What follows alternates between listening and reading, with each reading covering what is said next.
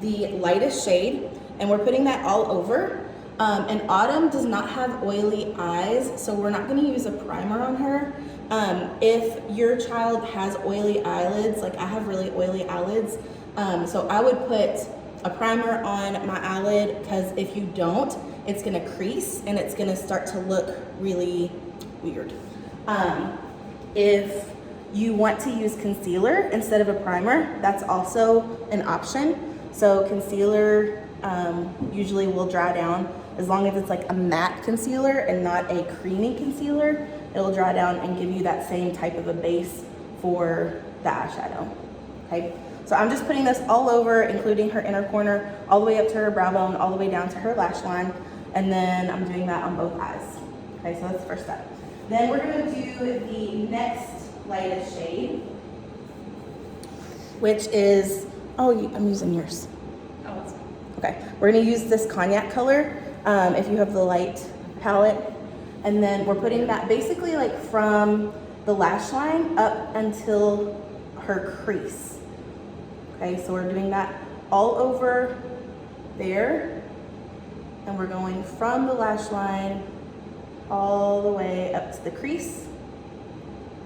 And then if you are a little sloppy with this, that's okay, because you can also come in with a big fluffy brush if you have one and just kind of go over it and smooth it out. So it doesn't have to be perfect right now, as long as you have that big brush that you can smooth everything and blend it all together with at the end. If you don't have a brush, then try to just kind of smooth those ends together, blend the edges of the cognac color with that lighter color. And because Autumn has like a little bit of a smaller eye shape, like the distance from her lashes to her eyebrow is not a very long space. I'm just using the shape of her eye to tell me like how far to go up. So like my eye is a lot longer. Like if I close my eye, there's a lot more space than there is on her. So I would go up higher on me because that's the shape of my eye, okay? So all the way, lash line, up to the crease. And you can feel the crease, even if you don't have like a very defined crease, you can feel it when you do the brush, because it's where your brush starts to just kind of sink in.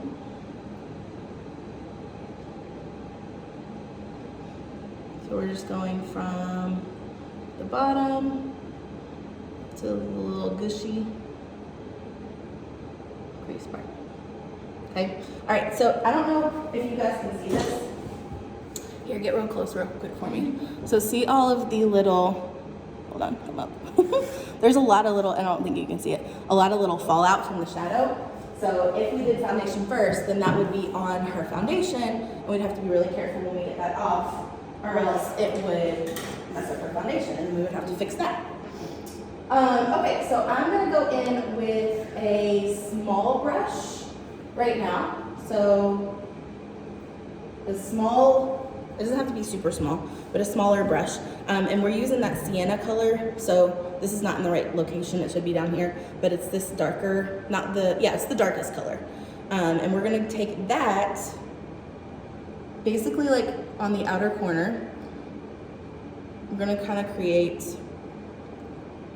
a little depth on the outer corner.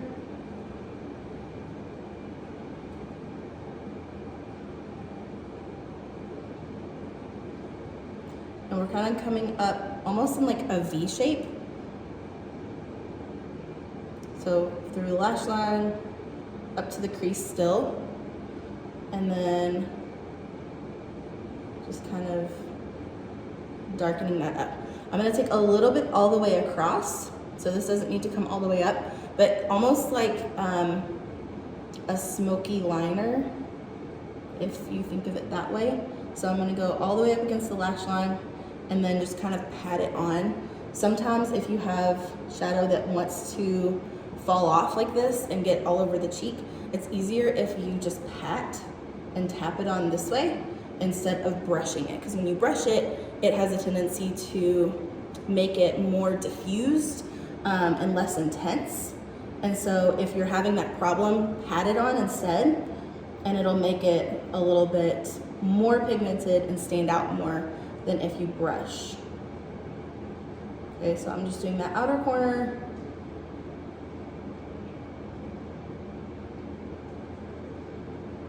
And then patting it on, trying to get as much as possible there.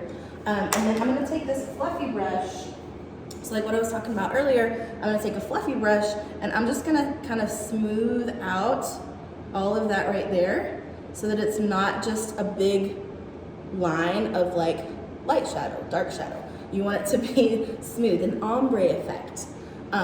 So we're kind of just blending that together so that there's not that kind of harshness.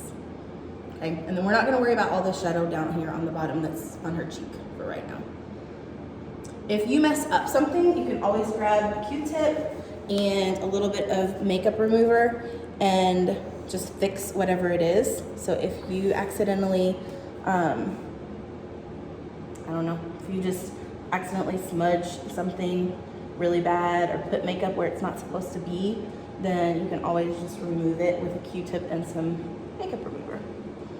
So have those ready and on hand.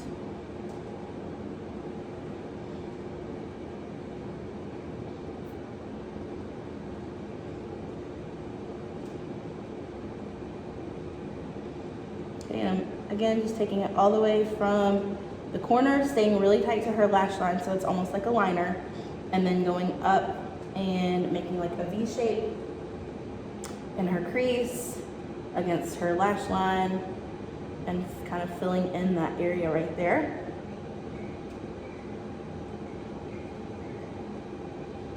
And you want this to be dark because remember you are gonna have stage lights. So it needs to be dark enough that it's gonna show up from the audience, okay? From, 20, 30, 50, 100 feet away. And then I'm just doing that same thing. I'm just kind of blending with my this is a clean brush, there's nothing on here. I'm just kind of blending all those edges together. Okay, and any extra, I'm just kind of pulling that down so that it's in the right place. Ooh.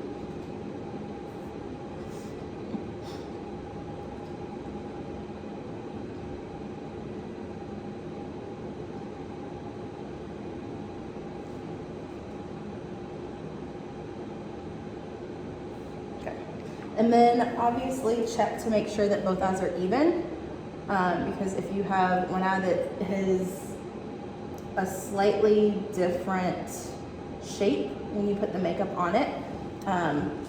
Obviously, if you see that person from the front, it's gonna be really noticeable that the two eyes have different kind of shapes of shadow on them. So just double check that everything looks symmetrical and that you don't need to go in and even anything out, okay?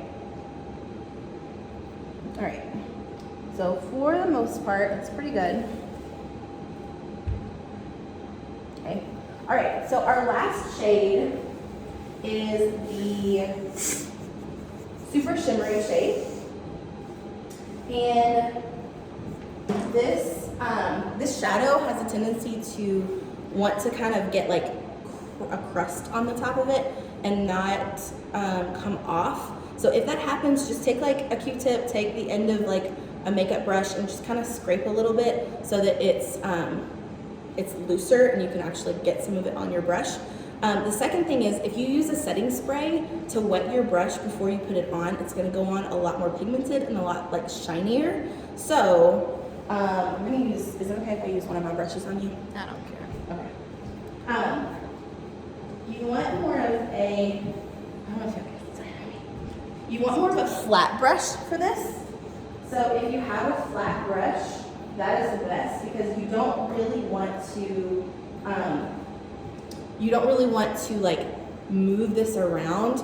You want to just place it. So see how this is kind of like flat and it's kind of flat.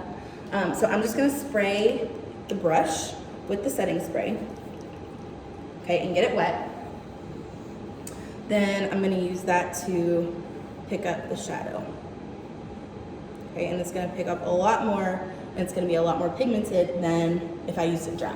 So I'm gonna put this in the center, and I'm tapping this on too. So if you pull on this or brush it on, it's gonna be a lot less pigmented. And we're basically doing this kind of from the inner corner over to the middle area and going kind of up to the, not quite up to the crease, but a little bit below the crease. Okay, so we're just gonna kind of create this little shiny focus in the center of the eye when the eye is closed.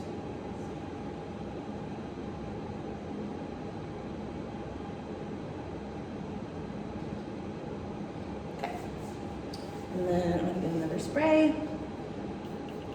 just to make sure my brush is still good and wet. This is a plain brush, by the way. And then I'm just tapping that on from the inner corner in. And remember, I'm not going all the way up to the actual crease, like to the gushy part of her eye. I'm going just a little bit below that. And there are different shapes of eyes. So Autumn has what's called a hooded eye, which means that whenever, well, it's a little hooded. It's kind of in between. But that means that her eyelid kind of goes over on itself. And if you have that shape of an eye, you're not gonna have as much of a defined crease. Whereas if you have a super defined crease, you're not ever gonna see that overlap of eyelid.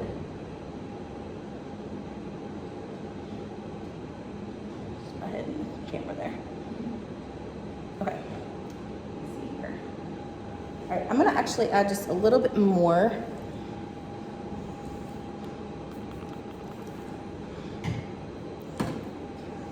It's beautiful. Hey, your email thing popped up. Your email's popped up.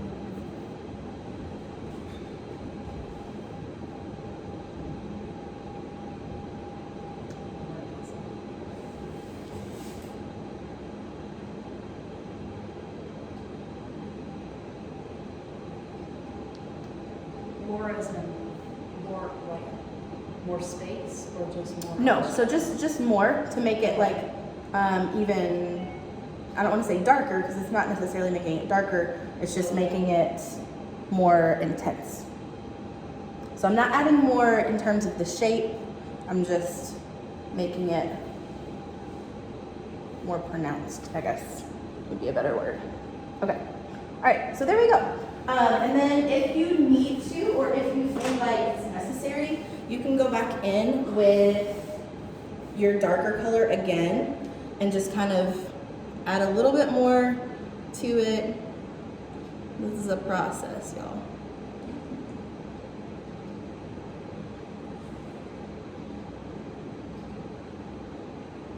Okay, or if you took that over, because you don't want that sparkly color, you don't want that to go all the way to the edge of the eye. You want it to stay focused like in the center and then in the inner corner. So it wants to be like basically the 2/3 of your eye from the center, like above the pupil and the iris of your eye, over to the inner corner. You don't want it to be out here on the edge. You want that to be where the darkest color is. And then just a little bit more here. So like I said, if you accidentally take that center color, that super shiny, sparkly one, over too far, you can use this to kind of cover it up. I'm just using it to make it a little bit darker still. The outer corner is not quite as dark as I want it to be.